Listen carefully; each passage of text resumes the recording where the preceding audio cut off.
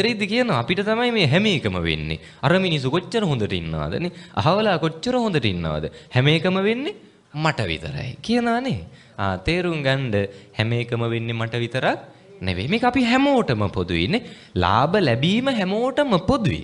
ඒකේ අලාභ සිදුවීම හැමෝටම පොදුයි. තේරුම් ගන්න මට ලැබෙන්නේ කවුරු කරපු දේවල් අනුවද?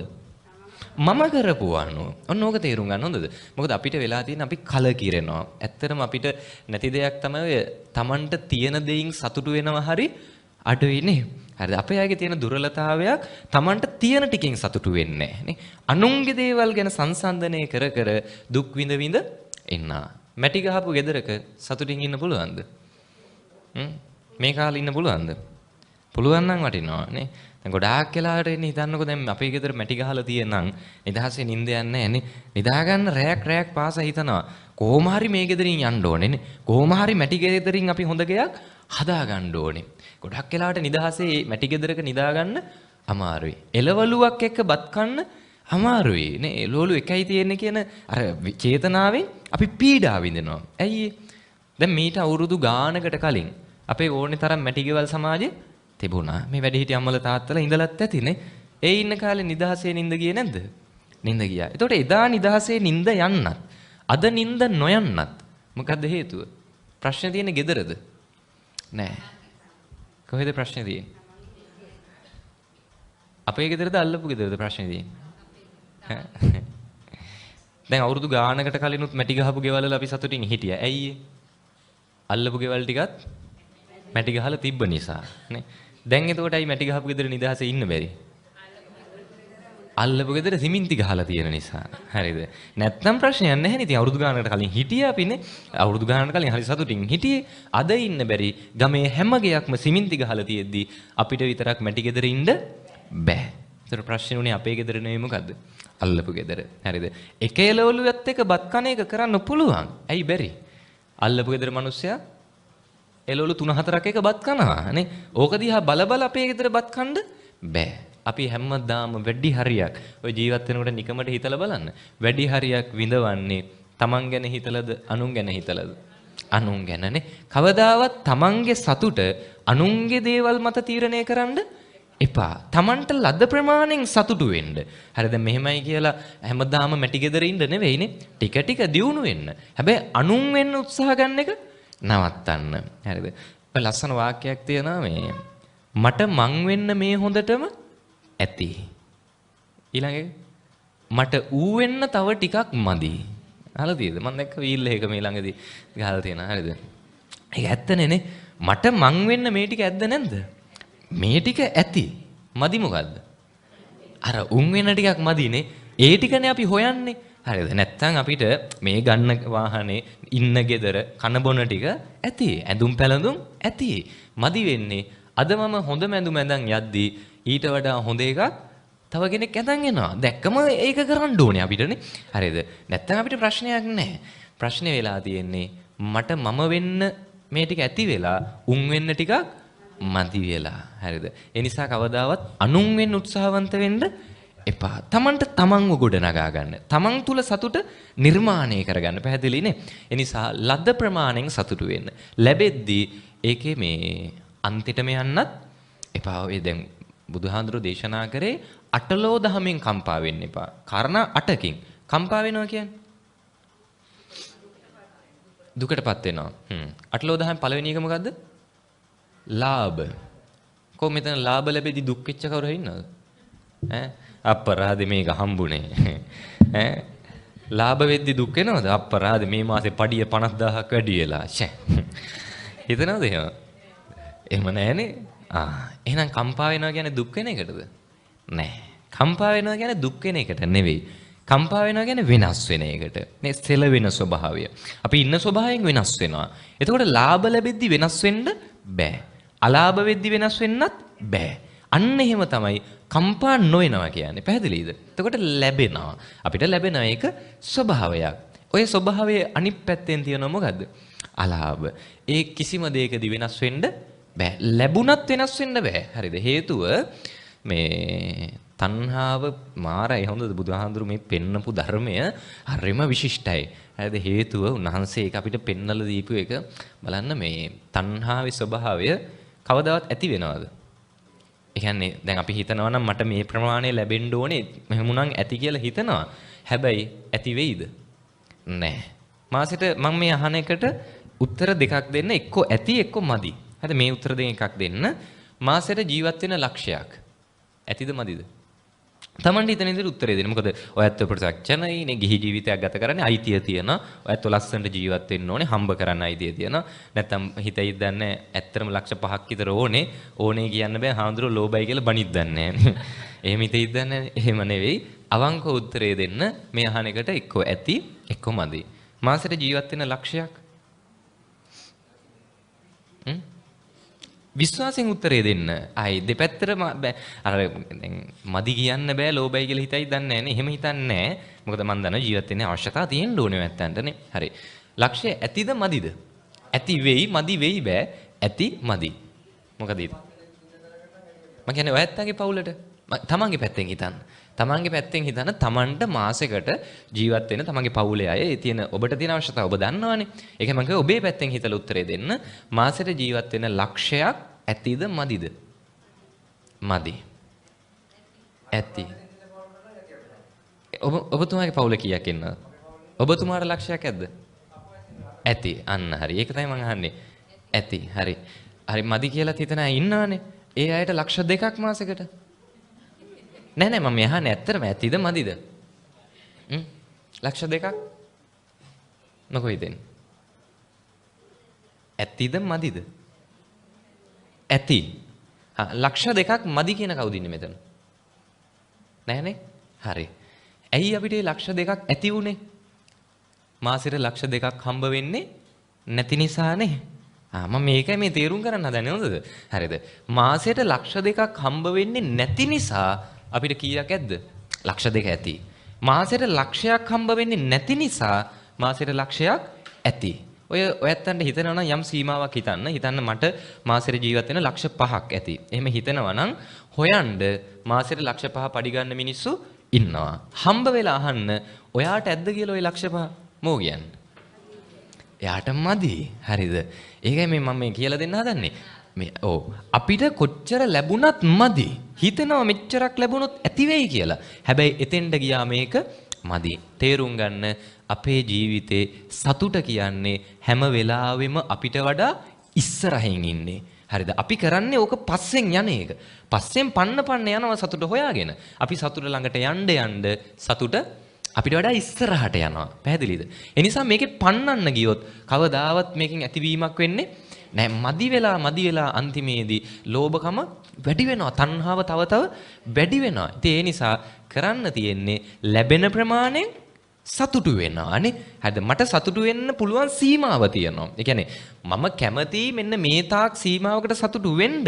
හැබැයි මගේ අවශ්‍යතා ගොඩනැගිලා තියෙන්නේ, මගේ දේවල් ගොඩනැගිලා තියෙන්නේ ඊට වඩා අඩුවෙන් සතුටු වෙන්න නම් මම දැනගන්න ඕනේ මට ඒ ලැබෙන ප්‍රමාණයෙන් සතුටු වෙන්න. පැහැදිලිනේ? ඒ නිසා ලාභ හමුවේ කම්පා වෙන්න එපා. පැහැදිලිද? වෙනස් වෙන්න එපා. ඊළඟ එක අලාභ. ලැබීම පිටිපස්ස එනවා මොකද්ද? අලාභ. දැන් අපේ හැට වෙලා තියෙන ලාභ නම් ටිකක් හරි දරා ගන්න පුළුවන්. මොකද දරා ගන්න බැරි? අලාභ දරා ගන්න බෑ. ඇයි හේතුව? බුදුහාඳුරු දේශනා කරා මේ හැම එකටම සූදානම් වෙන්න. ලාභ අලාභ දෙකෙන් අපි සූදානම් වෙන්නේ මොකටද? ලාභ ලබන්න. සූදානම් නැත්තේ මොකටද? අලාභ ලබන්න. හැබැයි මේකේ විදිහනේ, මේකේ ක්‍රමය තමයි ඔය දෙකම අපිට එනවානේ. ලාභ විතරක් හැමදාම ලැබෙන්නේ නෑ. මේ ලෝකේ හොඳම දේවල් ලැබිච්ච කෙනාටත් ඒව නැති වෙනවද නැද්ද?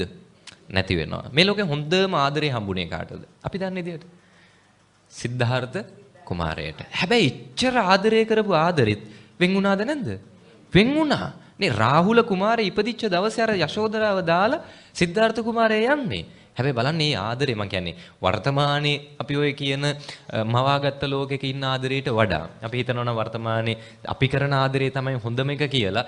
සාමාන්‍යයෙන් ඒ ආදරයක් වෙන් වෙච්ච දවසක අපි කියනවානේ මේ ඔයාගෙන් එහා නම් ආයි කිසිම කෙනෙක් හොයන්නේ නෑ ඔයා නැත්තම් බඳින්නෙත් නෑ. මුළු ජීවිත කාලෙම තනිකඩව ඉන්නවා. ඉතින් එහා පැත්තනොත් හිතනවා අන්නේ පවුනේ එහෙම ඉඳිත් දන්නෙත් නෑ කියලා හිතලා වෙන් වෙනවා උප්පරිම මාසයයි දෙකයි නේ. හරිද? හැබැයි යශෝදරාව දැන් හිතන්න මේ අම්මලට ඔය දේ වුණා නම් පළවෙනි පුතා නේ පළවෙනි දරුවා ඉපදෙන දවසේ ස්වාමි පුරුෂයා දරුවත් එක්ක බිරිඳව තනි කරලා යනවා නේ. දරුවත් එක්ක බිරිඳව දාලා යනවා. හැබැයි යශෝදරා එක මොහොතක් වෛර කරාද? නෑ. බලන්න මොන තරම් ඒ ආදරේ උතුම්ද. අවුරුදු ගාණක් බුදුරජාණන් බෝසතාණන් වහන්සේ අවුරුදු 6ක් දුෂ්කර ක්‍රියා කරා. දැනගත්ත විදිහට යශෝදරත් ඒ දුක් ටික වින්දා. තමන්ව දාලා ගියපු මිනිස්සයා වෙනුවෙන් නේ. තමන්ව අතෑරලා ගියපු මිනිස්සයා වෙනුවෙන් යශෝදරා දන්නේ බුදු වෙන්න යනවා කියලා නේ. යශෝදරාල දැන් කියන්නේ බුදු වෙන්න කලින් අඩුම බෝසතාණන් වහන්සේවත් දන්නවනම් මම යන්නේ බුදු වෙන්න කියලා අවුරුදු 6ක් දුෂ්කර ක්‍රියා කරයිද?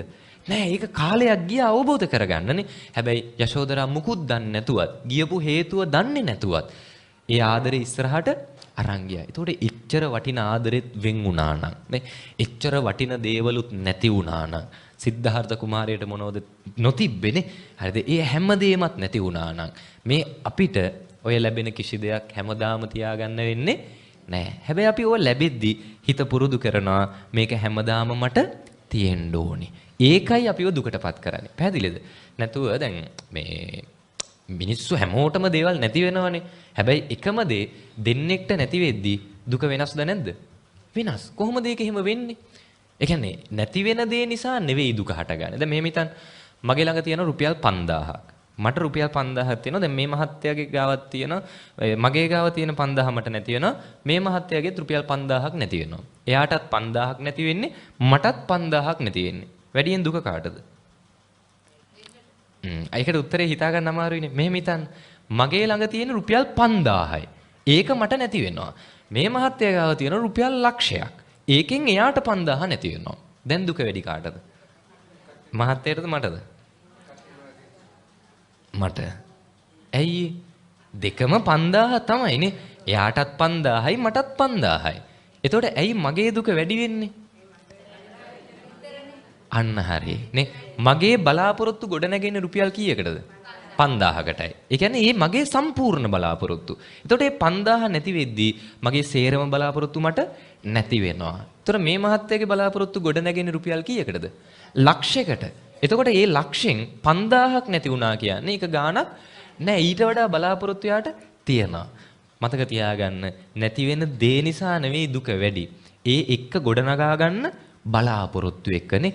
දැන් මෙහෙම හිතන්න බුදුහාර දේශනා කරපු සරලම මේ ධර්ම කාරණයක් මෙන්න මේක දවසක් තරුණ වැඩිහිටියෙක් ඇවිල්ලා බුදුහාරගෙන් අහන සරල බණක් මට කියලා දෙන්න. ගැඹුරුව තේරෙන්නේ නැහැ. ඒලා තමයි බුදුහාර මෙහෙම අහන්නේ. හිතන්න දැන් ඔයත්තන්ට දරුවෝ ඉන්නවා. හිතන්න ඔයත්තන්ගේ දරුවෝ නැති වුණොත් දුකයිද නැද්ද? දුකයිනේ. ඒක කියන්න අමාරුයිනේ. ඒ තරම් දුකයි. ඔයත්තන්ගේ ඥාතිවරුන්ටත් හිතන්න ඔයත්තන්ගේ ළමයාගේ වයසෙම ඒ වයසෙම තව දරුවෙක් ඔයත්තන්ගේ ඥාති කාට හරි ඉන්නවා. එයා නැති වුණොත් දුකයිද නැද්ද? දුකයි. හැබැයි තමන්ගේ දරුවා නැති වෙන තරම් දුකයිද? නෑ. හැබැයි එකම වයසේ දරුවෝ දෙන්නෙක්නේ. දුක වෙනස් වෙනවා. ඒතකොට ඔබේ ගමේ හිතවත් තැනක ඒ වයසෙම තව දරුවෙක් ඉන්නවා. එයා නැති වෙනවා. දුකයිද නැද්ද? දුකයි. තමන්ගේ දරුවා නැති වුණ තරම් දුකක් නෑ. තමන්ගේ ඥාතියගේ දරුවා නැති වෙන තරම් දුකක් නෑ. හැබැයි දුකයි. හිතන්න දන්නේවත් නැති තැනක. දැන් මේ මගේ පන්සල් තියෙන්නේ මාතර කිරින්දේ. මේ අපේ පන්සල පැත්තේ කවුරු හරි ඒ වයසෙම දරුවෙක් නැති වෙනවා. දුකයිද? ඔයත්තන්ට දුකයිද? අපේ පැත්තේ ඒ වයසෙම දරුවෙක් නැතිලා දුකයිද? නෑ. එකම වයසක, ඒ කියන්නේ එකම සිද්ධියනේ. එකම වයසක ඒ දරුවෝ නැති උනේ. දුක වෙනස් උනේ කොහොමද? දුරයි ළඟයි නිසාද? නෑ. දුර උනත් අල්ලගෙන ඉන්න ප්‍රමාණය වැඩි නම් දුක වැඩි වෙනවා. ඕ. තමන්ගේ දරුවා දැන් හිතන්න දැන් තමන්ගේ කම කිව්වොත් තමන්ගේ දරුවට සහ තමන්ගේ ඥාතියගේ දරුවට මේ බැඳීම අපිට තියෙනවා. හැබැයි එතනත් දුක වෙනස් වෙනවනේ. හේතුව තමයි අපි වැඩියෙන් බලාපොරොත්තු ගොඩනගන්නේ කාටද? තමන්ගේ දරුවටනේ. හරිද? එතකොට වැඩියෙන් බලාපොරොත්තු නැති වෙනවා තමන්ගේ දරුවා නැති වෙද්දී නේ. ඊට පස්සේ හිතන්න තමන්ගේ ඥාතියගේ දරුවට එච්චර බලාපොරොත්තු නැහැ. අසල්වැසියගේ දරුවට එච්චර බලාපොරොත්තු නැහැ. දන්නේම නැති දරුවෙක්ට කිසිම බලාපොරොත්තුවක් නැහැ. එතකොට බලන්න නැතිවීමත් එක්ක අපිට දුක ඇති උනේ ඇති කරගන්න බලාපොරොත්තුනේ බලාපොරොත්තු ගොඩ නගා ගන්න. හැබැයි ස්ථාවරේව එපා. එයා මං වෙනුවෙන් හැමදාම මෙහෙම කරයි. එයා මං වෙනුවෙන් හැමදාම මෙහෙම ඉඳී. මං කියන්නේ තමන්ගේ දරුවෝ වෙනුවෙන්වත්, තමන්ගේ දෙමව්පියෝ වෙනුවෙන්වත්, ඔය ළඟම ආදරය කරන කිසිම බැඳීමක් වෙනුවෙන් ස්ථීර බලාපොරොත්තු ගොඩ නගන්න එපා. බලාපොරොත්තු ගොඩ නගන්න ඒකේ දෙපැත්තටම සූදානම් වෙන්න. මොකද්ද දෙපැත්ත? ඒ බලාපොරොත්තු ඉටු වෙන්නත් පුළුවන්, නොවෙන්නත් පුළුවන්. ඔන්න ඕකයි මධ්‍යම ප්‍රතිපදාව කියන්නේ. හරිද? එහෙම නැති කෙනෙක්ට දැන් හිතන්න නිවන් දකින්න උනත් බැරි කමක් නැහැ. දැන් අද මෙතෙන්ට එද්දී සෙරෙප්පු දාන් ආවනේ. කොහෙද ගලෙව්වේ? එළියේ. ඔය ගලවපු සෙරෙප්පු ටික හිතන්න තමන් ගලවපු තැන මතකයිද නැද්ද? මතකයි. ගලවපු තැන ගලවපු විදිය මතකයි. යනකොට ඔය සෙරෙප්පු දෙක ගලවපු තැන නැහැ. එහෙම වුණොත් මොකෝ වෙන්නේ? අපිට බෙදෙන හැන්දෙන් අපි බෙදනානේ. තියෙන හොඳම දෙයක් බලලා දාන් යනවා නේද? නෑ. තමන්ගේ සෙරෙප්පු දෙක නැති වුණොත් දුකයිද නැද්ද? දුකයි. ඇයි ඒ? ඔබ බනහන් ඇවිල්ලා වාඩි වෙලා ඉන්නේ යද්දි සෙරෙප්පු දෙක එතන තියෙයි කියලා හිතාගෙන. හරිද? හැබැයි ඔගේ දෙපැත්තක් තියෙනවා. මොකද්ද? තියෙන්නත් පුළුවන්, නැති වෙන්නත් පුළුවන්. එතකොට දැන් යන ඕකට සූදානම් නම්. මම කියන්නේ දෙපැත්තටම සූදානම්. අපි එහෙමයි ජීවිතේ හදා ගන්න ඕනේ නේ. දෙපැත්තටම සූදානම් නම්. ඒ කියන්නේ යද්දි තියෙන්නත් පුළුවන්, නැති වෙන්නත් පුළුවන්. දෙපැත්තටම සූදානම් වෙලා යන කෙනෙක්ට තිබ්බ කියලා මහ ලොකු ගානකුත් නැහැ. නැති වුණා කියලා දුකකුත් නැහැ. අන්න මධ්‍යම ප්‍රතිපදාව. අන්තයක් නැහැනේ අපේ. හරිද? එහෙම කෙනෙක්ට උපදින්න හේතු තියද? මම කියන්නේ උපදින්නේ හේතුවක් නිසානේ. දැන් හිතන්න මෙහෙම සෙරෙප්පු දෙකම ගන්න. දැන් ඔයත් මේ බනහන්ලා හිතන් ඉන්නවා අද ගත්ත සෙරෙප්පු දෙක අලුත්ම සෙරෙප්පු දෙක පන්සල්ලාවන් තියෙන බය ඕවනේ නේ. යද්දි තියේ විද්දන්නේ නැහැ. නේ බලනවා අර මිනිස්සේ ගිය පාරත් උස්සලා තිබ්බේ මෙයා වෙන්න ඇති. මේ පාරත් එයාට කලින් කොහොම හරි ගිහිලා දාගෙන යන්න ඕනේ සෙරෙප්පු දෙක නැති වෙයිද දන්නේ හිත ඉන්නවා. ඉන්න ගමන් වෙන්න බැරි කමක් නැහැ. දැන් මැරෙනවා. හරිද? දැන් හිතේ මොකද තියෙන්නේ? සෙරෙප්පු දෙක. ගන්න ඕනේ කොහොම හරි නේ. ගිහිල්ලා අරයට කලින් කොහොම හරි ගිහින් දා ගන්න ඕනේ. ඕක හිත ඉද්දි මැරිලා යනවා. දැන් අපි ආයි මේක උපදින්න ඕනේද නැද්ද? උපදින්න ඕනේ. ඇයි ඒ? සෙරෙප්පු දෙක දාන්න ඕනේ නිසා නේ. ඒ කියන්නේ ඒ බලාපොරොත්තුනේ අපිට ඉස්සරහට දේවල් කරන්න දිනවා. ඒ ගොඩනගා ගන්න බලාපොරොත්තු. ඒව තමයි අපි උපදින්න හේතුව. මහ ලොකු දේවල් ඕනේ. සමහර විට යහපත් දෙයක් වුණත් නැවත සංසාරයට අපි උපද්දවන්න හේතුවක් වෙන්න පුළුවන්. දැන් හිතන්න ඔයත් බණහන්න හරි කැමති. නේ දැන් හෙටත් මේ වගේ ධර්මදේශනාවක් තියෙනවා. දැන් අද යන ගමන් හිතාගෙන යනවා හෙට කොහොම හරි ඔය බණ අහන්න එනවා අනිවාර්යෙන් එනවා. ඒ බණ නම් කොහොම හරි අහනවා කියලා හිතාගෙන යනවා. යද්දි මැරෙනවා. මොකෝ වෙන්නේ? දැන් ඔළුවේ තියෙන්නේ මොකද්ද? බණ අහන්න එන්න ඕනේ නේ. හරිද? ඒතකොට බණ අහන්න එන්න නම් අපි මේකේ උපදින්න ඕනේ. හොඳ භවයක වෙන්න පුළුවන් නේ. හරිද? ඒ අවශ්‍යතා අනුවයි අපි ඉපදෙන්නේ. එතකොට අන්තගාමී වෙන්න එපා කියන්නේ යහපත හෝ අයහපත කිසිම දෙයක් අල්ලගන්න එපා කියන එක. හේතුව හැම දෙයකම තියනවා මේ ඇතිවීම සහ නැතිවීම. ඕක තේරුම් ගත්ත කෙනෙක්ට දුක් වෙන්න තැන් තියද? නෑ. අපි සූදානම් වෙනවානේ. මට දේවල් ලැබෙනවා තමයි. ලැබෙද්දි මම සූදානම් වෙනවා. ඔය ලැබීම වගේම තමයි ඔය දේ කවදා හරි නැති වෙනවා නේ. ඉදිරියේදී කියනවා අපිට තමයි මේ හැම එකම වෙන්නේ. අර මිනිස්සු කොච්චර හොඳට ඉන්නවද නේ? අහවලා කොච්චර හොඳට ඉන්නවද? හැම එකම වෙන්නේ මට විතරයි කියනවානේ. තේරුම් ගන්න හැම එකම වෙන්නේ මට විතරක් නෙවෙයි. මේක අපි හැමෝටම පොදුයි නේ.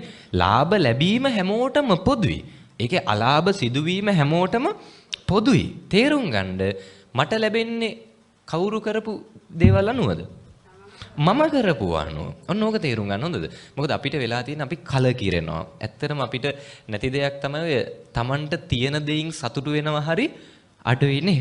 හරිද? අපේ අයගේ තියෙන දුර්වලතාවයක් Tamanට තියෙන ටිකෙන් සතුටු වෙන්නේ නැහැ නේ. අනුන්ගේ දේවල් ගැන සංසන්දනය කර කර දුක් විඳ විඳ ඉන්නා. මැටි ගහපු ගෙදරක සතුටින් ඉන්න පුළුවන්ද? මේ කාලේ ඉන්න පුළුවන්ද? පුළුවන් නම් වටිනවා නේ. දැන් ගොඩාක් වෙලාවට එන්නේ හිතන්නකෝ දැන් අපේ ගෙදර මැටි ගහලා තියෙනනම් නිදහසේ නිින්ද යන්නේ නැහැ නේ. නිදා ගන්න රැයක් පාසා හිතනවා කොහොම හරි මේ ගෙදරින් යන්න ඕනේ නේ. කොහොම හරි මැටි ගෙදරින් අපි හොඳ ගයක් හදා ගන්න ඕනේ. ගොඩක් වෙලාවට නිදහසේ මැටි ගෙදරක නිදා ගන්න අමාරුයි. එළවලුවක් එක්ක බත් කන්න අමාරුයි නේ. එළවලු එකයි තියෙන්නේ කියන අර චේතනාවෙන් අපි පීඩා විඳිනවා. ඇයි දැන් මීට අවුරුදු ගානකට කලින් අපේ ඕනේ තරම් මැටි ගෙවල් සමාජේ තිබුණා. මේ වැඩිහිටි අම්මලා තාත්තලා ඉඳලත් ඇතිනේ. ඒ ඉන්න කාලේ නිදහසේ නිින්ද ගියේ නැද්ද? නිින්ද ගියා. එතකොට එදා නිදහසේ නිින්ද යන්නත් අද නිින්ද නොයන්නත් මොකද්ද හේතුව? ප්‍රශ්නේ තියෙන්නේ ගෙදරද? නෑ. කොහෙද ප්‍රශ්නේ තියෙන්නේ? අපේ ගෙදරද අල්ලපු ගෙදරද ප්‍රශ්නේ තියෙන්නේ? දැන් අවුරුදු ගානකට කලිනුත් මැටි ගහපු ගෙවල් වල අපි සතුටින් හිටියා. ඇයි අල්ලපු ගෙවල් ටිකත් මැටි ගහලා තිබ්බ නිසා නේ. දැන් එතකොටයි මැටි ගහපු ගෙදර නිදහසේ ඉන්න බැරි. අල්ලපු ගෙදර සිමෙන්ති ගහලා තියෙන නිසා. හරිද? නැත්නම් ප්‍රශ්නයක් නැහැ නේ. ඉතින් අවුරුදු ගානකට කලින් හිටියා අපිනේ. අවුරුදු ගානකට කලින් හරි සතුටින් හිටියේ. අද ඉන්න බැරි. ගමේ හැම ගෙයක්ම සිමෙන්ති ගහලා තියෙද්දි අපිට විතරක් මැටි ගෙදර ඉන්න බෑ. ඒතර ප්‍රශ්නේ උනේ අපේ ගෙදර නෙවෙයි මොකද්ද? අල්ලපු ගෙදර. හරිද? එක එළවලුවත් එක බත් කන එක කරන්න පුළුවන්. ඇයි බැරි? අල්ලපු ගෙදර මිනිස්සයා එළවලු 3-4ක් එක බත් කනවා නේ. ඕක දිහා බල බල අපේ ගෙදර බත් කන්න බෑ. අපි හැමදාම වැඩි හරියක් ඔය ජීවත් වෙනකොට නිකමට හිතලා බලන්න. වැඩි හරියක් විඳවන්නේ තමන් ගැන හිතලාද අනුන් ගැන හිතලාද? අනුන් ගැනනේ. කවදාවත් තමන්ගේ සතුට අනුන්ගේ දේවල් මත තීරණය කරන්න එපා. තමන්ට ලද ප්‍රමාණයෙන් සතුටු වෙන්න. හරිද? මෙහෙමයි කියලා හැමදාම මැටි ගෙදර ඉන්න නෙවෙයිනේ. ටික ටික දියුණු වෙන්න. හැබැයි අනුන් වෙන්න උත්සාහ ගන්න එක නවත්තන්න. හරිද? ඔය ලස්සන වාක්‍යයක් තියෙනවා මේ මට මං වෙන්න මේ හොඳටම ඇති. ඊළඟ එක මට ඌ වෙන්න තව ටිකක් මදි. අහලා තියෙද? මම දැක්ක වීල් එක මේ ළඟදී ගහලා තියෙනවා. හරිද? ඒක ඇත්තනේ නේ. මට මං වෙන්න මේ ටික ඇද්ද නැද්ද? මේ ටික ඇති. මදි මොකද්ද? අර උන් වෙන ටිකක් මදිනේ. ඒ ටිකනේ අපි හොයන්නේ. හරිද? නැත්තම් අපිට මේ ගන්න වාහනේ ඉන්න ගෙදර කන බොන ටික ඇති. ඇඳුම් පැළඳුම් ඇති. මදි වෙන්නේ අද මම හොඳ මැඳුම් ඇඳන් යද්දී ඊට වඩා හොඳ එකක් තව කෙනෙක් ඇඳන් එනවා. දැක්කම ඒක කරන්න ඕනේ අපිටනේ. හරිද? නැත්තම් අපිට ප්‍රශ්නයක් නැහැ. ප්‍රශ්නේ වෙලා තියෙන්නේ මට මම වෙන්න මේ ටික ඇති වෙලා උන් වෙන්න ටිකක් මදි වෙලා. හරිද? ඒ නිසා කවදාවත් අනුන් වෙන්න උත්සාහවන්ත වෙන්න එපා. තමන්ට තමන්ව ගොඩනගා ගන්න. තමන් තුල සතුට නිර්මාණය කරගන්න. පැහැදිලිනේ? ඒ නිසා ලද ප්‍රමාණයෙන් සතුටු වෙන්න. ලැබෙද්දී ඒකේ මේ අන්තිටම යන්නත් එපා. ඔය දැන් බුදුහාඳුරෝ දේශනා කරේ අටලෝ දහමෙන් කම්පා වෙන්න එපා. කාරණා 8කින් කම්පා වෙනවා කියන්නේ දුකටපත් වෙනවා. අටලෝ දහම පළවෙනි එක මොකද්ද? ලාභ. කොහොම මෙතන ලාභ ලැබෙදි දුක් වෙච්ච කවුරු හරි ඉන්නවද? අපරාධ මේක හම්බුනේ. ලාභ වෙද්දි දුක් වෙනවද? අපරාධ මේ මාසේ පඩිය 50000ක් වැඩි වෙලා. හිතනවද එහෙම? එහෙම නැහනේ. එහෙනම් කම්පා වෙනවා කියන්නේ දුක් වෙන එකටද? නෑ. කම්පා වෙනවා කියන්නේ දුක් වෙන එකට නෙවෙයි. කම්පා වෙනවා කියන්නේ වෙනස් වෙන එකට. මේ සෙල වෙන ස්වභාවය. අපි ඉන්න ස්වභාවයෙන් වෙනස් වෙනවා. එතකොට ලාභ ලැබෙද්දි වෙනස් වෙන්න බෑ. අලාභ වෙද්දි වෙනස් වෙන්නත් බෑ. අන්න එහෙම තමයි කම්පා නොවෙනවා කියන්නේ. පැහැදිලිද? එතකොට ලැබෙනවා. අපිට ලැබෙන එක ස්වභාවයක්. ඔය ස්වභාවයේ අනිත් පැත්තෙන් තියෙනවා මොකද්ද? අලාභ. ඒ කිසිම දෙයකදී වෙනස් වෙන්න බෑ. ලැබුණත් වෙනස් වෙන්න බෑ. හරිද? හේතුව මේ තණ්හාව මාරයි. හොඳද? බුදුහාඳුරු මේ පෙන්නපු ධර්මය හරිම විශිෂ්ටයි. හරිද? හේතුව උන්වහන්සේ ඒක අපිට පෙන්නලා දීපු එක බලන්න මේ තණ්හාවේ ස්වභාවය කවදාවත් ඇති වෙනවද? ඒ කියන්නේ දැන් අපි හිතනවා නම් මට මේ ප්‍රමාණය ලැබෙන්න ඕනේ. මෙහෙමුණන් ඇති කියලා හිතනවා. හැබැයි ඇති වෙයිද? නැහැ. මාසෙට මම මේ අහන එකට උත්තර දෙකක් දෙන්න. එක්කෝ ඇති එක්කෝ මදි. හරිද? මේ උත්තර දෙකෙන් එකක් දෙන්න. මාසෙට ජීවත් වෙන ලක්ෂයක්. ඇතිද මදිද? තමන්ට හිතන විදිහට උත්තරේ දෙන්න. මොකද ඔයත් ප්‍රසක්ෂණයිනේ ගිහි ජීවිතයක් ගත කරන්නේ අයිතිය තියෙනවා. ඔයත් ලස්සනට ජීවත් වෙන්න ඕනේ. හම්බ කරන්න අයිතිය තියෙනවා. නැත්තම් හිතයි දන්නේ ඇත්තටම ලක්ෂ 5ක් විතර ඕනේ කියන්න බෑ. හාමුදුරුවෝ ලෝභයි කියලා බනිත් දන්නේ නැහැ. එහෙම හිතයි දන්නේ එහෙම නෙවෙයි. අවංක උත්තරේ දෙන්න මේ අහන එකට එක්කෝ ඇති එක්කෝ මදි. මාසෙට ජීවත් වෙන ලක්ෂයක් විශ්වාසයෙන් උත්තරේ දෙන්න. ආයි දෙපැත්තටම අර මදි කියන්න බෑ ලෝභයි කියලා හිතයි දන්නේ නැහැ නේ. එහෙම හිතන්නේ නැහැ. මොකද මන් දන්නවා ජීවත් වෙන්න අවශ්‍යතාව තියෙන්න ඕනේ නැත්තන්ටනේ. හරි. ලක්ෂ්‍ය ඇතිද මදිද? ඇති වෙයි මදි වෙයි බෑ. ඇති මදි. මොකද ඒක? මම කියන්නේ ඔයත්තන්ගේ පවුලට තමන්ගේ පැත්තෙන් හිතන්න. තමන්ගේ පැත්තෙන් හිතන තමන්ට මාසෙකට ජීවත් වෙන තමන්ගේ පවුලේ අය ඒ තියෙන ඔබට තියෙන අවශ්‍යතාව ඔබ දන්නවනේ. ඒක මම කිව්වා ඔබේ පැත්තෙන් හිතලා උත්තරේ දෙන්න. මාසෙට ජීවත් වෙන ලක්ෂයක් ඇතිද මදිද? මදි. ඇති. ඔබතුමාගේ පවුල කීයක් ඉන්නවද? ඔබතුමාට ලක්ෂයක් ඇද්ද? ඇති. අන්න හරි. ඒක තමයි මම අහන්නේ. ඇති. හරි. හරි මදි කියලා හිතන අය ඉන්නවනේ. ඒ අයට ලක්ෂ 2ක් මාසෙකට. නෑ නෑ මම අහන්නේ ඇත්තටම ඇතිද මදිද? ලක්ෂ දෙකක් මොකෝ හිතෙන්නේ? ඇතිද මදිද? ඇති. ලක්ෂ දෙකක් මදි කියන කවුද ඉන්නේ මෙතන? නෑනේ. හරි. ඇයි අපිට ලක්ෂ දෙකක් ඇති උනේ? මාසෙට ලක්ෂ දෙකක් හම්බ වෙන්නේ නැති නිසානේ. මම මේකයි මේ තේරුම් ගන්න හදන්නේ හොඳද? හරිද? මාසෙට ලක්ෂ දෙකක් හම්බ වෙන්නේ නැති නිසා අපිට කීයක් ඇද්ද? ලක්ෂ දෙක ඇති. මාසෙට ලක්ෂයක් හම්බ වෙන්නේ නැති නිසා මාසෙට ලක්ෂයක් ඇති.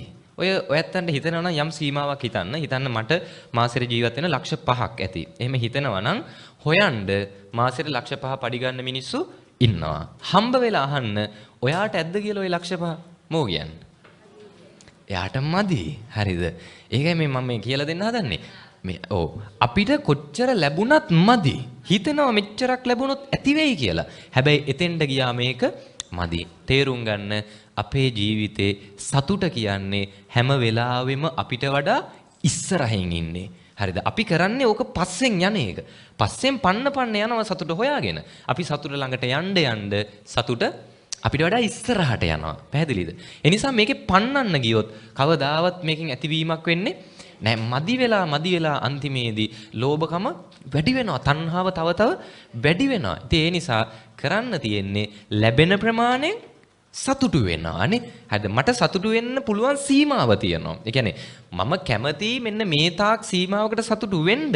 හැබැයි මගේ අවශ්‍යතා ගොඩනැගිලා තියෙන්නේ, මගේ දේවල් ගොඩනැගිලා තියෙන්නේ ඊට වඩා අඩුවෙන් සතුටු වෙන්න නම් මම දැනගන්න ඕනේ මට ඒ ලැබෙන ප්‍රමාණයෙන් සතුටු වෙන්න. පැහැදිලිනේ? ඒ නිසා ලාභ හමුවේ කම්පා වෙන්න එපා. පැහැදිලිද? වෙනස් වෙන්න එපා. ඊළඟ එක අලාභ. ලැබීම පිටිපස්ස එනවා මොකද්ද?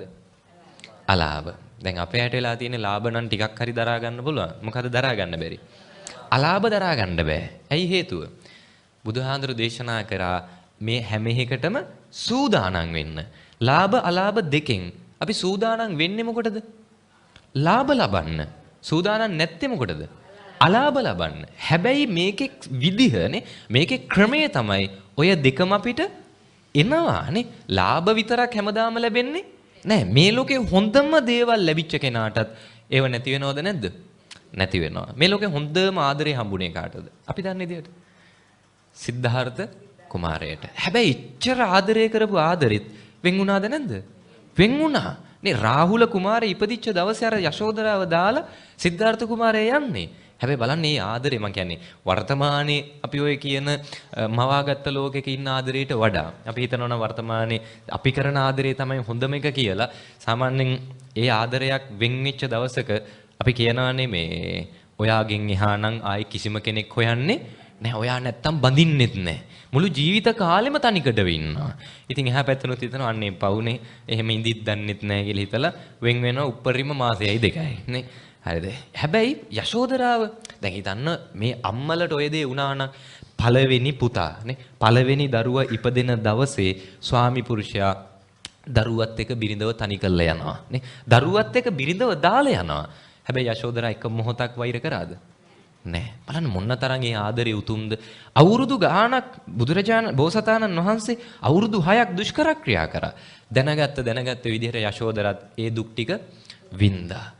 තමන්ව දාලා ගියපු මිනිස්සයා වෙනුවෙන් නේ තමන්ව අතෑරලා ගියපු මිනිස්සයා වෙනුවෙන් යශෝදරා දන්නේ බුදු වෙන්න යනවා කියලා නේ. යශෝදරාල දැන් කියන්නේ බුදු වෙන්න කලින් අඩුම බෝසතාණන් වහන්සේවත් දන්නවනම් මම යන්නේ බුදු වෙන්න කියලා අවුරුදු 6ක් දුෂ්කර ක්‍රියා කරයිද?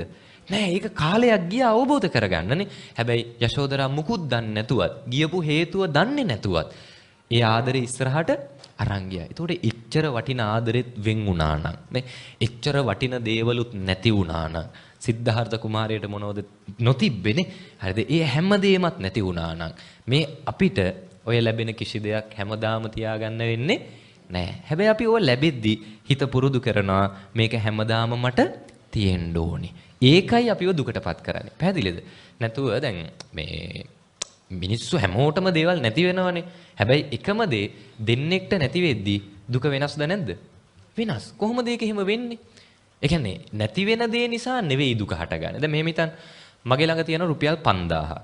මට රුපියල් 5000ක් තියෙනවා. දැන් මේ මහත්තයාගේ ගාවක් තියෙනවා. මගේ ගාව තියෙන 5000 මට නැති වෙනවා. මේ මහත්තයාගේත් රුපියල් 5000ක් නැති වෙනවා. එයාටත් 5000ක් නැති වෙන්නේ, මටත් 5000ක් නැති වෙන්නේ. වැඩියෙන් දුක කාටද? ඒකට උත්තරේ හිතා ගන්න අමාරුයිනේ. මෙහෙම හිතන්න. මගේ ළඟ තියෙන රුපියල් 5000යි. ඒක මට නැති වෙනවා.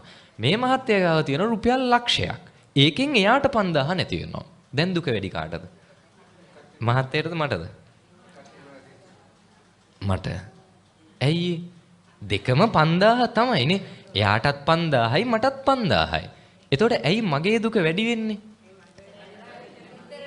අන්න හරි නේ. මගේ බලාපොරොත්තු ගොඩ නැගෙන්නේ රුපියල් කීයකටද? 5000කටයි. ඒ කියන්නේ මේ මගේ සම්පූර්ණ බලාපොරොත්තු. එතකොට මේ 5000 නැති වෙද්දී මගේ සේරම බලාපොරොත්තු මට නැති වෙනවා. එතකොට මේ මහත්තයාගේ බලාපොරොත්තු ගොඩ නැගෙන්නේ රුපියල් කීයකටද? ලක්ෂයකට. එතකොට මේ ලක්ෂෙන් 5000ක් නැති වුණා කියන්නේ ඒක ගාණක් නෑ. ඊට වඩා බලාපොරොත්තු යාට තියෙනවා. මතක තියාගන්න, නැති වෙන දේ නිසා නෙවෙයි දුක වැඩි. ඒ එක්ක ගොඩනගා ගන්න බලාපොරොත්තු එක්කනේ.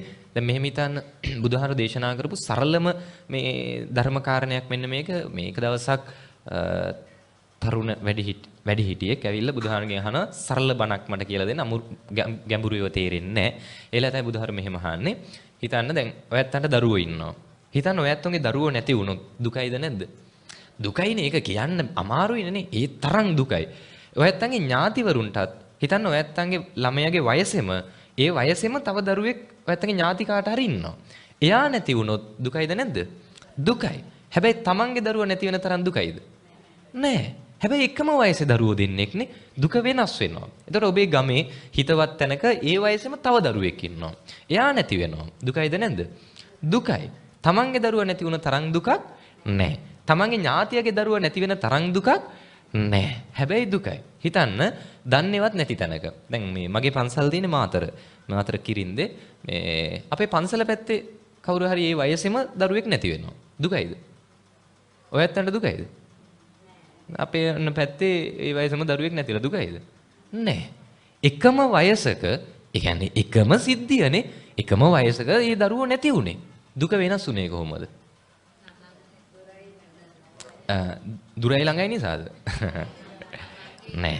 දුර උනත් අල්ලගෙන ඉන්න ප්‍රමාණය වැඩි නම් දුක වැඩි වෙනවා. ඕ. තමන්ගේ දරුවා දැන් හිතන්න, දැන් තමන්ගේ කම කිව්වොත් තමන්ගේ දරුවට සහ තමන්ගේ ඥාතියගේ දරුවට මේ බැඳීම අපිට තියෙනවා. හැබැයි එතනත් දුක වෙනස් වෙනවනේ. හේතුව තමයි අපි වැඩියෙන් බලාපොරොත්තු ගොඩනගන්නේ කාටද? තමන්ගේ දරුවටනේ. හරිද? එතකොට වැඩියෙන් බලාපොරොත්තු නැති වෙනවා තමන්ගේ දරුවා නැති වෙද්දී නේ. ඊට පස්සේ හිතන්න, තමන්ගේ ඥාතියගේ දරුවට එච්චර බලාපොරොත්තු නැහැ. අසල්වැසියගේ දරුවට එච්චර බලාපොරොත්තු නැහැ. දන්නේම නැති දරුවෙක්ට කිසිම බලාපොරොත්තුවක් නැහැ. එතකොට බලන්න, නැතිවීමත් එක්ක අපිට දුක ඇති උනේ ඇති කරගන්න බලාපොරොත්තුනේ.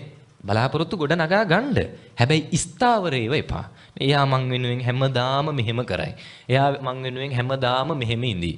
මං කියන්නේ තමන්ගේ දරුවෝ වෙනුවෙන්වත්, තමන්ගේ දෙමව්පිය වෙනුවෙන්වත්, ඔය ළඟම ආදරය කරන කිසිම බැඳීමක් වෙනුවෙන් ස්ථීර බලාපොරොත්තු ගොඩ නගන්න එපා.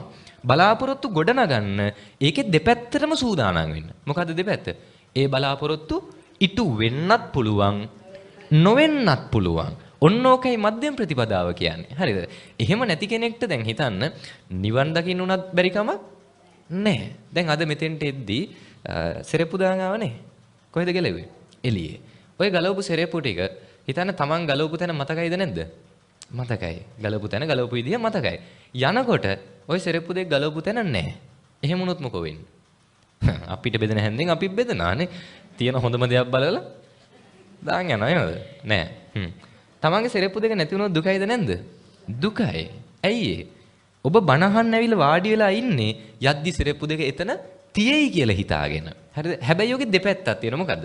තියෙන්නත් පුළුවන්, නැති වෙන්නත් පුළුවන්. එතකොට දැන් යන ඕකට සූදානම් නම්, මම කියන්නේ දෙපැත්තටම සූදානම්. අපි එහෙමයි ජීවිතේ හදා ගන්න ඕනේ නේ. දෙපැත්තටම සූදානම් නම්. ඒ කියන්නේ යද්දි තියෙන්නත් පුළුවන්, නැති වෙන්නත් පුළුවන්.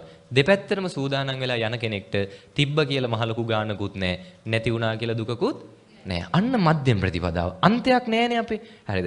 එහෙම කෙනෙක්ට උපදින්න හේතු තියද? මම කියන්නේ උපදින්නේ හේතුවක් නිසානේ. දැන් හිතන්න මෙහෙම සෙරප්පු දෙකම ගන්න. දැන් ඔයත් මේ බණ අහන්නලා හිතන් ඉන්නවා අද ගත්ත සෙරෙප්පු දෙක අලුත්ම සෙරෙප්පු දෙක පන්සල්ලාවන් තියෙන බය ඕවනේ යද්දි තියේවිත් දන්නේ නැහැ නේ බලනවා අර මිනිස්සේ ගිය පාරත් උස්සලා තිබ්බේ මෙයා වෙන්න ඇති මේ පාරත් එයාට කලින් කොහොම හරි ගිහිලා දාගෙන යන්න ඕනේ සෙරෙප්පු දෙක නැති වෙයිද දන්නේ හිත ඉන්නවා ඉන්න ගමන් වෙන්න බැරි කමක් නැහැ දැන් මැරෙනවා හරිද දැන් හිතේ මොකද තියෙන්නේ සෙරෙප්පු දෙක ගන්න ඕනේ කොහොම හරි නේ ගිහිල්ලා අරයට කලින් කොහොම හරි ගිහින් දා ගන්න ඕනේ ඕක හිත ඉද්දි මැරිලා යනවා දැන් අපි ආයි මේක උපදින්න ඕනේද නැද්ද? උපදින්න ඕනේ. ඇයි ඒ? සෙරෙප්පු දෙක දාන්න ඕනේ නිසා නේ. ඒ කියන්නේ ඒ බලාපොරොත්තුනේ අපිට ඉස්සරහට දේවල් කරන්න දිනවා. ඒ ගොඩනගා ගන්න බලාපොරොත්තු. ඒව තමයි අපි උපදින්න හේතුව. මහා ලොකු දේවල් ඕනේ. සමහර විට යහපත් දෙයක් වුණත් නැවත සංසාරයට අපි උපද්දවන්න හේතුවක් වෙන්න පුළුවන්. දැන් හිතන්න ඔයත් බණ අහන්න හරි කැමති. නේ දැන් හෙටත් මේ වගේ ධර්මදේශනාවක් තියෙනවා. දැන් අද යන ගමන් හිතාගෙන යනවා හෙට කොහොම හරි ඔය බණ අහන්න එනවා අනිවාර්යෙන් එනවා. ඒ බණ නම් කොහොම හරි අහනවා කියලා හිතාගෙන යනවා. යද්දි මැරෙනවා. මොකෝ වෙන්නේ? දැන් ඔළුවේ තියෙන්නේ මොකද්ද? බණ අහන්න එන්න ඕනේ නේ. හරිද? ඒතකොට බණ අහන්න එන්න නම් අපි මේකේ උපදින්න ඕනේ. හොඳ භවයක වෙන්න පුළුවන් නේ. හරිද? ඒ අවශ්‍යතා අනුවයි අපි ඉපදෙන්නේ. එතකොට අන්තගාමී වෙන්න එපා කියන්නේ යහපත හෝ අයහපත කිසිම දෙයක් අල්ලගන්න එපා කියන එක. හේතුව හැම දෙයකම තියනවා මේ ඇතිවීම සහ නැතිවීම. ඕක තේරුම් ගත්ත කෙනෙක්ට දුක් වෙන්න තැන් තියද? නෑ. අපි සූදානම් වෙනවානේ. මට දේවල් ලැබෙනවා තමයි. ලැබෙද්දි මම සූදානම් වෙනවා.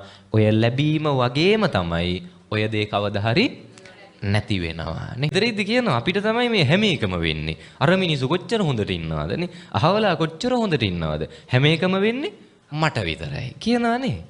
තේරුම් ගන්න හැම එකම වෙන්නේ මට විතරක් නෙවෙයි. මේක අපි හැමෝටම පොදුයි නේ.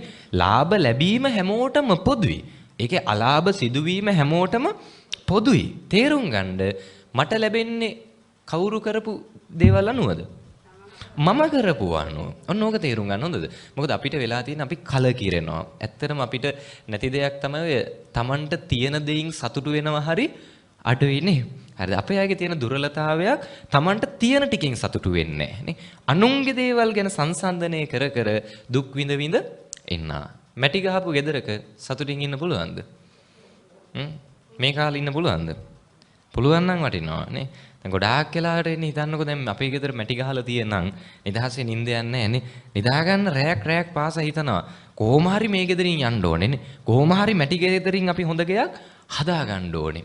ගොඩක් වෙලාවට නිදහසේ මැටි ගෙදරක නිදා ගන්න අමාරුයි. එළවලුවක් එක්ක බත් කන්න අමාරුයි නේ. එළවලු එකයි තියෙන්නේ කියන අර චේතනාවෙන් අපි පීඩා විඳිනවා. ඇයි දැන් මීට අවුරුදු ගානකට කලින් අපේ ඕනේ තරම් මැටි ගෙවල් සමාජේ තිබුණා. මේ වැඩිහිටි අම්මලා තාත්තලා ඉඳලත් ඇතිනේ. ඒ ඉන්න කාලේ නිදහසේ නිින්ද ගියේ නැද්ද? නිින්ද ගියා. ඒතකොට එදා නිදහසේ නිින්ද යන්නත් අද නිින්ද නොයන්නත් මොකද්ද හේතුව? ප්‍රශ්නේ තියෙන්නේ ගෙදරද? නෑ. කොහෙද ප්‍රශ්නේ තියෙන්නේ? අපේ ගෙදරද අල්ලපු ගෙදරද ප්‍රශ්නේ තියෙන්නේ? දැන් අවුරුදු ගානකට කලිනුත් මැටි ගහපු ගෙවල් වල අපි සතුටින් හිටියා. ඇයි අල්ලපු ගෙවල් ටිකත් මැටි ගහලා තිබ්බ නිසා නේ. දැන් එතකොටයි මැටි ගහපු ගෙදර නිදහසේ ඉන්න බැරි. අල්ලපු ගෙදර සිමෙන්ති ගහලා තියෙන නිසා. හරිද? නැත්තම් ප්‍රශ්නයක් නැහැ නේ. ඉතින් අවුරුදු ගානකට කලින් හිටියා අපිනේ. අවුරුදු ගානකට කලින් හරි සතුටින් හිටියේ. අද ඉන්න බැරි. ගමේ හැම ගෙයක්ම සිමෙන්ති ගහලා තියෙද්දි අපිට විතරක් මැටි ගෙදර ඉන්න බෑ. ඒතර ප්‍රශ්නේ උනේ අපේ ගෙදර නෙවෙයි මොකද්ද? අල්ලපු ගෙදර. හරිද? එක එළවලුවත් එක බත් කන එක කරන්න පුළුවන්. ඇයි බැරි? අල්ලපු ගෙදර මිනිස්සයා එළවලු 3-4ක් එක බත් කනවා නේ. ඕක දිහා බල අපේ ගෙදර බත් කන්න බෑ. අපි හැමදාම වැඩි හරියක් ඔය ජීවත් වෙනකොට නිකමට හිතලා බලන්න. වැඩි හරියක් විඳවන්නේ තමන් ගැන හිතලාද අනුන් ගැන හිතලාද? අනුන් ගැනනේ. කවදාවත් තමන්ගේ සතුට අනුන්ගේ දේවල් මත තීරණය කරන්න එපා. තමන්ට ලද ප්‍රමාණයෙන් සතුටු වෙන්න. හරිද? මෙහෙමයි කියලා හැමදාම මැටි ගෙදර ඉන්න නෙවෙයිනේ. ටික ටික දියුණු වෙන්න. හැබැයි අනුන් වෙන්න උත්සාහ ගන්න එක නවත්තන්න. හරිද? ඔය ලස්සන වාක්‍යයක් තියෙනවා මේ මට මං වෙන්න මේ හොඳටම ඇති. ඊළඟ එක මට ඌ වෙන්න තව ටිකක් මදි. අහලා තියෙද? මම දැක්ක වීල් එක මේ ළඟදී ගහලා තියෙනවා. හරිද? ඒක ඇත්තනේ නේ. මට මං වෙන්න මේ ටික ඇද්ද නැද්ද? මේ ටික ඇති. මදි මොකද්ද? අර උන් වෙන ටිකක් මදිනේ. ඒ ටිකනේ අපි හොයන්නේ. හරිද? නැත්තම් අපිට මේ ගන්න වාහනේ ඉන්න ගෙදර කන බොන ටික ඇති. ඇඳුම් පැළඳුම් ඇති. මදි වෙන්නේ අද මම හොඳ මැඳුම් ඇඳන් යද්දී ඊට වඩා හොඳ එකක් තව කෙනෙක් ඇඳන් එනවා. දැක්කම ඒක කරන්න ඕනේ අපිටනේ. හරිද? නැත්තම් අපිට ප්‍රශ්නයක් නැහැ. ප්‍රශ්නේ වෙලා තියෙන්නේ මට මම වෙන්න මේ ටික ඇති වෙලා උන් වෙන්න ටිකක් මදි වෙලා. හරිද? ඒ නිසා කවදාවත් අනුන් වෙන්න උත්සාහවන්ත වෙන්න එපා. තමන්ට තමන්ව ගොඩනගා ගන්න. තමන් තුල සතුට නිර්මාණය කරගන්න. පැහැදිලිනේ? ඒ නිසා ලද ප්‍රමාණයෙන් සතුටු වෙන්න. ලැබෙද්දී ඒකේ මේ අන්තිටම යන්නත් එපා. ඔය දැන් බුදුහාඳුරෝ දේශනා කරේ අටලෝ දහමින් කම්පා වෙන්න එපා. කාරණා 8කින් කම්පා වෙනවා කියන්නේ දුකටපත් වෙනවා. අටලෝ දහම පළවෙනි එක මොකද්ද? ලාභ. කොහොම මෙතන ලාභ ලැබෙදි දුක් වෙච්ච කවුරු හරි ඉන්නවද? අපරාධ මේක හම්බුනේ. ලාභ වෙද්දි දුක් වෙනවද? අපරාධ මේ මාසේ පඩිය 50000ක් වැඩි වෙලා. ෂෑ. හිතනවද එහෙම? එහෙම නෑනේ. එහෙනම් කම්පා වෙනවා කියන්නේ දුක් වෙන එකටද? නෑ. කම්පා වෙනවා කියන්නේ දුක් වෙන එකට නෙවෙයි. කම්පා වෙනවා කියන්නේ වෙනස් වෙන එකට. මේ සෙල වෙන ස්වභාවය. අපි ඉන්න ස්වභාවයෙන් වෙනස් වෙනවා. එතකොට ලාභ ලැබෙද්දි වෙනස් වෙන්න බෑ. අලාභ වෙද්දි වෙනස් වෙන්නත් බෑ. අන්න එහෙම තමයි කම්පා නොවෙනවා කියන්නේ. පැහැදිලිද? එතකොට ලැබෙනවා. අපිට ලැබෙන එක ස්වභාවයක්. ඔය ස්වභාවයේ අනිත් පැත්තෙන් තියෙන මොකද්ද? අලාභ. ඒ කිසිම දෙයකදී වෙනස් වෙන්න බෑ. ලැබුණත් වෙනස් වෙන්න බෑ. හරිද? හේතුව මේ තණ්හාව මාරයි. හොඳද? බුදුහාඳුරු මේ පෙන්නපු ධර්මය හරිම විශිෂ්ටයි. හරිද? හේතුව උන්වහන්සේ ඒක අපිට පෙන්නලා දීපු එක බලන්න මේ තණ්හාවේ ස්වභාවය කවදාවත් ඇති වෙනවද?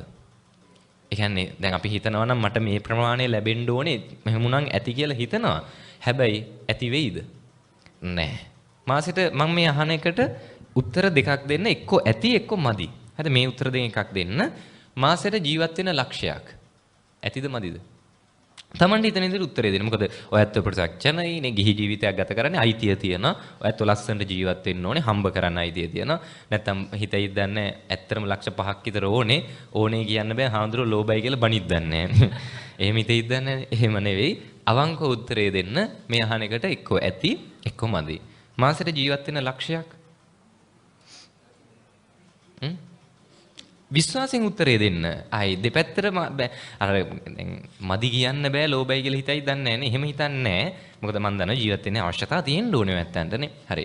ලක්ෂ්‍ය ඇතිද මදිද? ඇති වෙයි මදි වෙයි බෑ. ඇති මදි. මොකද ඒක?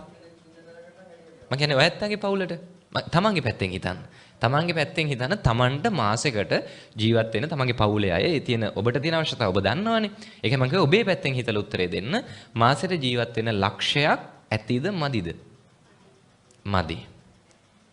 ඇති. ඔබතුමාගේ පවුල කීයක් ඉන්නවද? ඔබතුමාට ලක්ෂයක් ඇද්ද? ඇති. අන්න හරි. ඒක තමයි මම අහන්නේ. ඇති. හරි. හරි මදි කියලා හිතන අය ඉන්නවනේ. ඒ අයට ලක්ෂ 2ක් මාසෙකට. නෑ මම අහන්නේ ඇත්තටම ඇතිද මදිද? ලක්ෂ 2ක්? මොකෝ හිතෙන්නේ? ඇතිද මදිද? ඇති. ලක්ෂ 2ක් මදි කියන කවුද ඉන්නේ මෙතන? නෑනේ.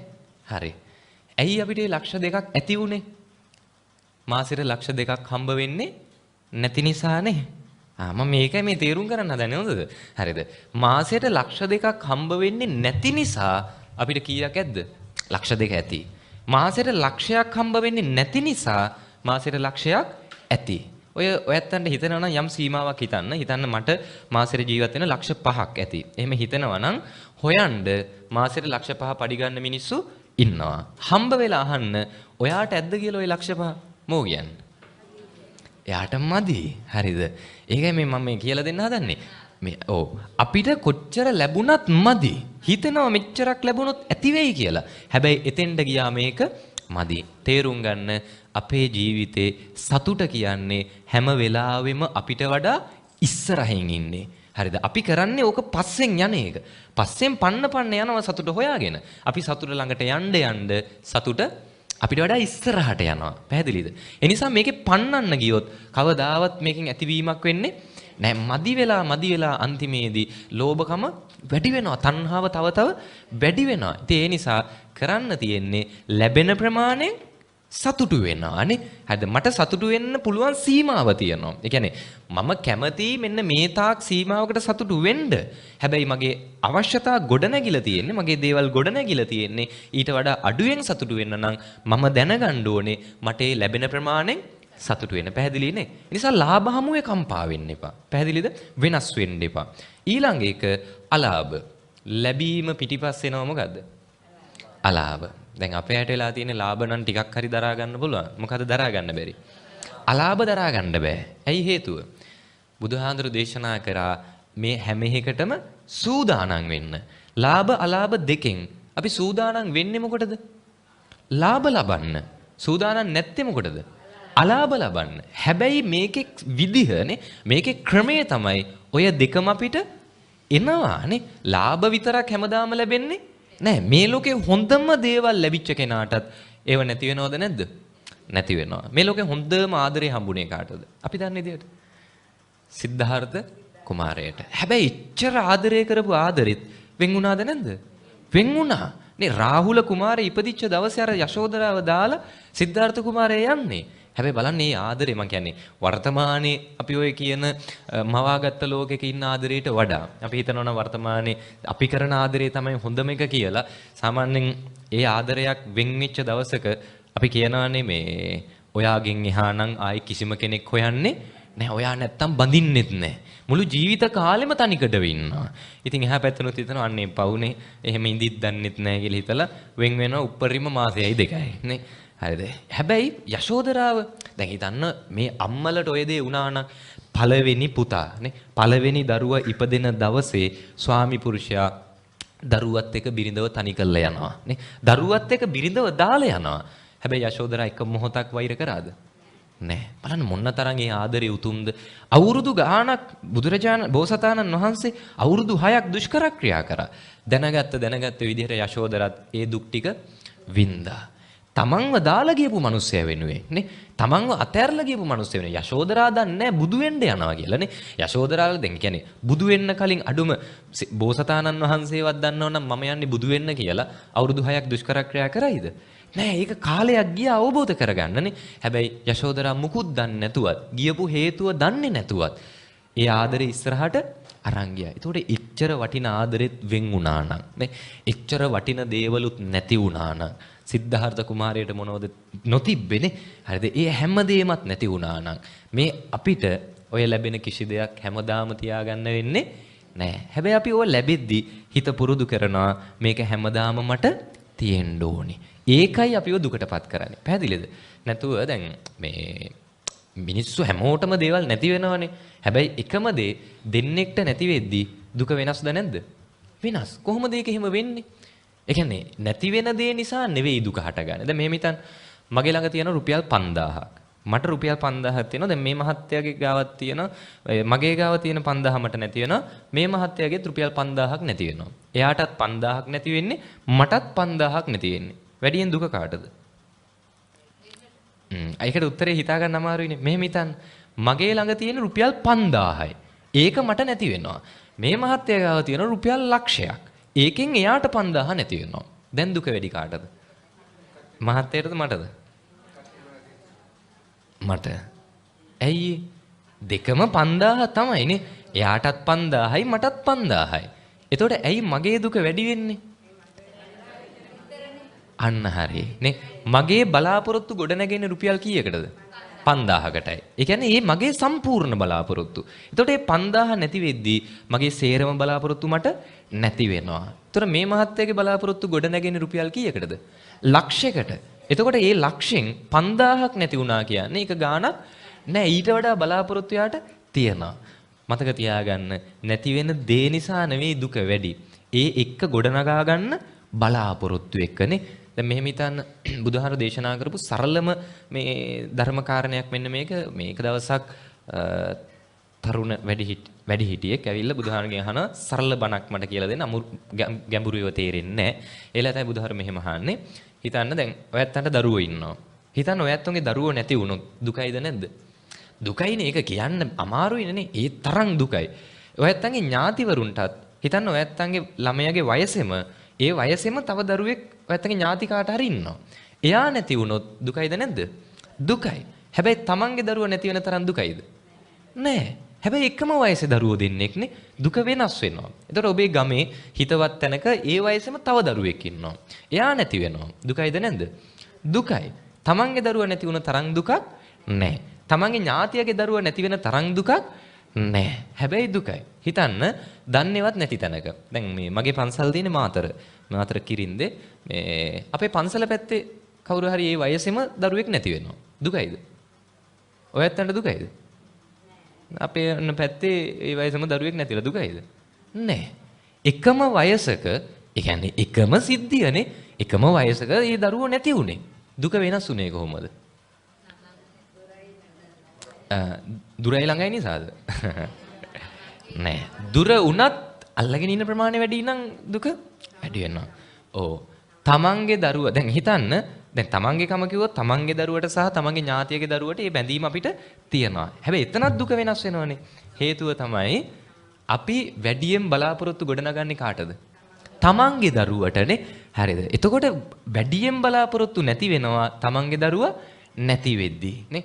ඊට පස්සේ හිතන්න තමන්ගේ ඥාතියගේ දරුවට එච්චර බලාපොරොත්තු නැහැ. අසල්වැසියගේ දරුවට එච්චර බලාපොරොත්තු නැහැ. දන්නේම නැති දරුවෙක්ට කිසිම බලාපොරොත්තුවක් නැහැ. එතකොට බලන්න නැතිවීමත් එක්ක අපිට දුක ඇති උනේ ඇති කරගන්න බලාපොරොත්තුනේ. බලාපොරොත්තු ගොඩ නගා ගන්න. හැබැයි ස්ථාවරේව එපා. එයා මං වෙනුවෙන් හැමදාම මෙහෙම කරයි. එයා මං වෙනුවෙන් හැමදාම මෙහෙම ඉඳී. මං කියන්නේ තමන්ගේ දරුවෝ වෙනුවෙන්වත්, තමන්ගේ දෙමව්පියෝ වෙනුවෙන්වත්, ඔය ළඟම ආදරය කරන කිසිම බැඳීමක් වෙනුවෙන් ස්ථීර බලාපොරොත්තු ගොඩ නගන්න එපා. බලාපොරොත්තු ගොඩ නගන්න ඒකේ දෙපැත්තටම සූදානම් වෙන්න. මොකද්ද දෙපැත්ත? ඒ බලාපොරොත්තු ඉටු වෙන්නත් පුළුවන්, නොවෙන්නත් පුළුවන්. ඔන්න ඕකයි මධ්‍යම ප්‍රතිපදාව කියන්නේ. හරිද? එහෙම නැති කෙනෙක්ට දැන් හිතන්න නිවන් දකින්න උනත් බැරි කමක් නැහැ. දැන් අද මෙතෙන්ට එද්දී සෙරෙප්පු දාන් ආවනේ. කොහෙද ගලෙව්වේ? එළියේ. ඔය ගලවපු සෙරෙප්පු ටික හිතන්න තමන් ගලවපු තැන මතකයිද නැද්ද? මතකයි. ගලවපු තැන ගලවපු විදිය මතකයි. යනකොට ඔය සෙරෙප්පු දෙක ගලවපු තැන නැහැ. එහෙම වුණොත් මොකෝ වෙන්නේ? අපිට බෙදෙන හැන්දෙන් අපි බෙදනානේ. තියෙන හොඳම දෙයක් බලලා දාන් යනවා නේද? නෑ. තමන්ගේ සෙරෙප්පු දෙක නැති වුණොත් දුකයිද නැද්ද? දුකයි. ඇයි ඒ? ඔබ බනහන් ඇවිල්ලා වාඩි වෙලා ඉන්නේ යද්දි සෙරෙප්පු දෙක එතන තියෙයි කියලා හිතාගෙන. හරිද? හැබැයි ඔගේ දෙපැත්තක් තියෙනවා. මොකද්ද? තියෙන්නත් පුළුවන්, නැති වෙන්නත් පුළුවන්. ඒතකොට දැන් යන ඕකට සූදානම් නම්. මම කියන්නේ දෙපැත්තටම සූදානම්. අපි එහෙමයි ජීවිතේ හදා ගන්න ඕනේ නේ. දෙපැත්තටම සූදානම් නම්. ඒ කියන්නේ යද්දි තියෙන්නත් පුළුවන්, නැති වෙන්නත් පුළුවන්. දෙපැත්තටම සූදානම් වෙලා යන කෙනෙක්ට තිබ්බ කියලා මහ ලොකු ගානකුත් නැහැ. නැති වුණා කියලා දුකකුත් නැහැ. අන්න මධ්‍යම ප්‍රතිපදාව. අන්තයක් නැහැනේ අපේ. හරිද? එහෙම කෙනෙක්ට උපදින්න හේතු තියද? මම කියන්නේ උපදින්නේ හේතුවක් නිසානේ. දැන් හිතන්න මෙහෙම සෙරෙප්පු දෙකම ගන්න. දැන් ඔයත් මේ බනහන්ලා හිතන් ඉන්නවා අද ගත්ත සෙරෙප්පු දෙක අලුත්ම සෙරෙප්පු දෙක පන්සල්ලාවන් තියෙන බය ඕවනේ යද්දි තියේ විද්දන්නේ නැහැ නේ බලනවා අර මනුස්සයා ගිය පාරත් උස්සලා තිබ්බේ මෙයා වෙන්න ඇති මේ පාරත් එයාට කලින් කොහොම හරි ගිහිලා දාගෙන යන්න ඕනේ සෙරෙප්පු දෙක නැති වෙයිද දන්නේ හිත ඉන්නවා ඉන්න ගමන් වෙන්න බැරි කමක් නැහැ දැන් මැරෙනවා හරිද දැන් හිතේ මොකද තියෙන්නේ සෙරෙප්පු දෙක ගන්න ඕනේ කොහොම හරි නේ ගිහිල්ලා අරයට කලින් කොහොම හරි ගිහින් දා ගන්න ඕනේ ඕක හිත ඉද්දි මැරිලා යනවා දැන් අපි ආයි මේක උපදින්න ඕනේද නැද්ද? උපදින්න ඕනේ. ඇයි ඒ? සෙරෙප්පු දෙක දාන්න ඕනේ නිසා නේ. ඒ කියන්නේ ඒ බලාපොරොත්තුනේ අපිට ඉස්සරහට දේවල් කරන්න දිනවා. ඒ ගොඩනගා ගන්න බලාපොරොත්තු. ඒව තමයි අපි උපදින්න හේතුව. මහා ලොකු දේවල් ඕනේ. සමහර විට යහපත් දෙයක් වුණත් නැවත සංසාරයට අපි උපද්දවන්න හේතුවක් වෙන්න පුළුවන්. දැන් හිතන්න ඔයත් බණහන්න හරි කැමති. නේ දැන් හෙටත් මේ වගේ ධර්මදේශනාවක් තියෙනවා. දැන් අද යන ගමන් හිතාගෙන යනවා හෙට කොහොම හරි ඔය බණ අහන්න එනවා අනිවාර්යෙන් එනවා. ඒ බණ නම් කොහොම හරි අහනවා කියලා හිතාගෙන යනවා. යද්දි මැරෙනවා. මොකෝ වෙන්නේ? දැන් ඔළුවේ තියෙන්නේ මොකද්ද? බණ අහන්න එන්න ඕනේ නේ. හරිද? ඒතකොට බණ අහන්න එන්න නම් අපි මේකේ උපදින්න ඕනේ. හොඳ භවයක වෙන්න පුළුවන් නේ. හරිද? ඒ අවශ්‍යතා අනුවයි අපි ඉපදෙන්නේ. ඒතකොට අන්තගාමී වෙන්න එපා කියන්නේ යහපත හෝ අයහපත කිසිම දෙයක් අල්ලගන්න එපා කියන එක. හේතුව හැම දෙයකම තියනවා මේ ඇතිවීම සහ නැතිවීම. ඕක තේරුම් ගත්ත කෙනෙක්ට දුක් වෙන්න තැන් තියද? නෑ. අපි සූදානම් වෙනවානේ. මට දේවල් ලැබෙනවා තමයි. ලැබෙද්දි මම සූදානම් වෙනවා. ඔය ලැබීම වගේම තමයි ඔය දේ කවදා හරි නැති වෙනවා.